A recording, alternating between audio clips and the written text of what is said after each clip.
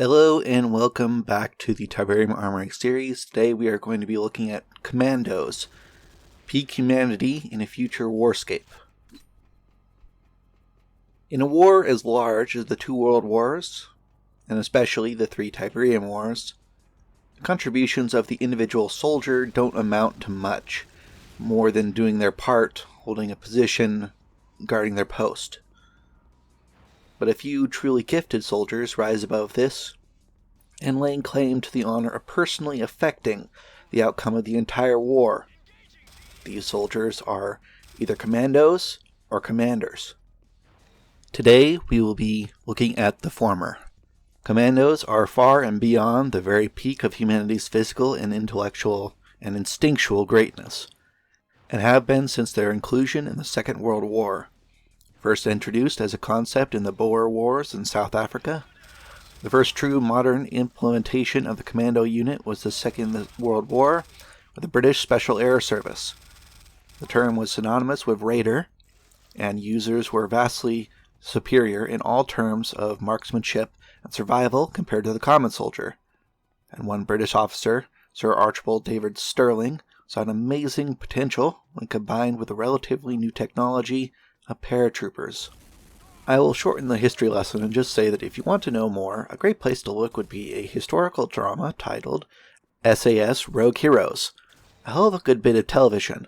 Essentially, the goal was to concentrate as much force as possible and as few as people as possible, and send them behind enemy lines where they could disrupt operations and destroy morale across the front by making the enemy believe that there were many paratrooper regiments at work where there was only one.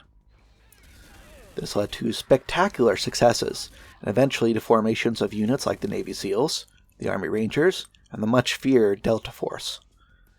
These are the units that you send when something must happen but no one else can make it happen.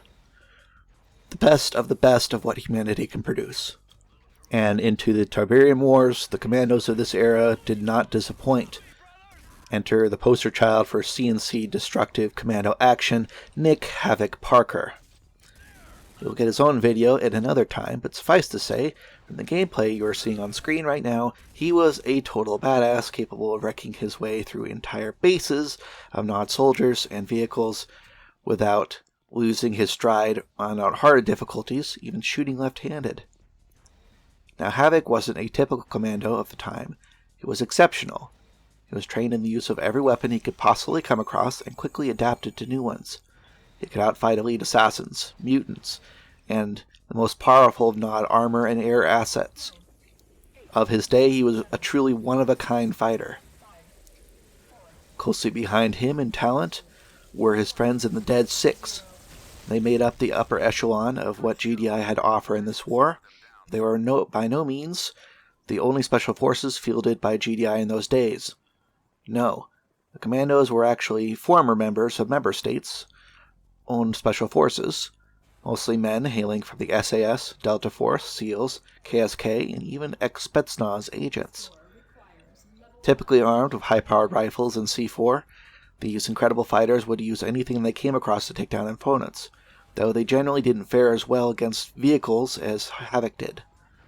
Using stealth and surprise, many an enduring victory in the First Tiberian War was won by their incredible skill at arms.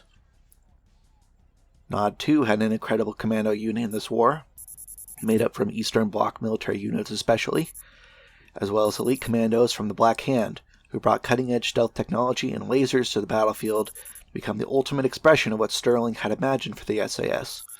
Disappearing and deadly troopers who could fight behind enemy lines for months at a time, taking on targets and mounting assaults. Moving to the Second Tiberian War, we start to see the Donovan Age, where most of the commandos being fielded had never known a world other than the one infested with Tiberium.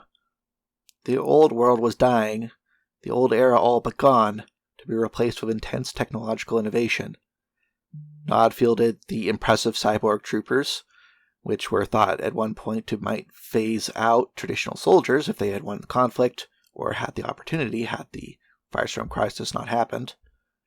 Armed with powerful lasers, these units were a departure from the first Nod stealth doctrine of the First War because of their heavy armor and lack of stealth augmentation. They more made up for it with brute strength, however, and it would take up to until the Third War for their true mettle to be tested. Their ultimate weapon, the Cyborg Commando, was an unbelievably impressive weapon capable of defeating all foes, even up to the mighty Mammoth Mk2 walkers in single combat. They're probably the most powerful commando units ever fielded in any Command & Conquer setting. I would even rank them above the Astartes of 40k, as they were in every sense of the word superior. GDI in this era used much of the same methods as before, relying on the power of human muscle and advanced tech they had been developing. Commando units of this time were able to make use of then still relatively primitive handheld railgun tech, and gadgets such as jump jets or advanced infantry armors to stay alive in the battlefields of the day, which was becoming many times more dangerous with the proliferation of Tiberium across the world. In the first two-thirds of the Tiberian War, the third one, the Brotherhood made use of a more conventional type of commando, usually female, who was armed with two high-powered and high-fire rate laser pistols capable of chewing through all but the heaviest armor in seconds. Also equipped with a stealth generator, this femme fatale could devastate entire infantry companies, appearing and disappearing at will, taking down high-tier units and buildings with ease.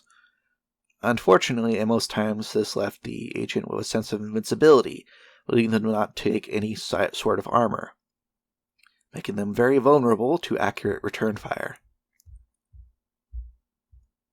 This problem was somewhat solved by the introduction of the second-generation Cyborg Commando, who was much more resistant to damage compared to the standard Commando, but with a lack of stealth tech that left it vulnerable in that way. They were well equipped to fight infantry and vehicles using their lasers and EMP cannons, but were not as powerful as the previous model, either due to a lack of expertise in building the originals, or a fear in putting such incredible soldiers under the command of Legion. Whichever, it gave Nod a significant pause.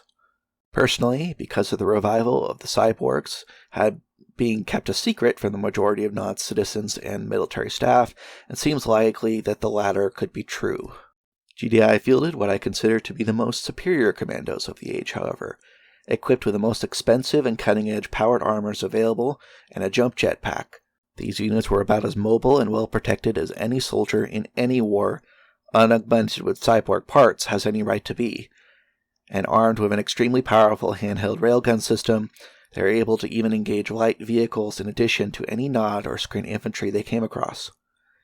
This choice in weapon meant they had to retreat to their base more often to rearm than the Nod General Purpose Commando, but also meant they were generally more effective against a wider array of targets, including walkers and buildings. Each of these commandos were so trained to a level that not seen since Havoc in the First War, and represented the greatest human effort in any war since the OG Commando. This has been my video on the Commandos from the Command & Conquer Tiberium Universe games, and I hope you all enjoyed. I also want to apologize for a long wait on this one, as I have discovered that with some of the games, I am incredibly rusty, and so getting good footage has been difficult in the few hours I have outside of work. I hope to slowly improve and produce more good footage for upcoming videos. Thank you for your patience. I hope you all have a wonderful day, and I'll see you in the next video.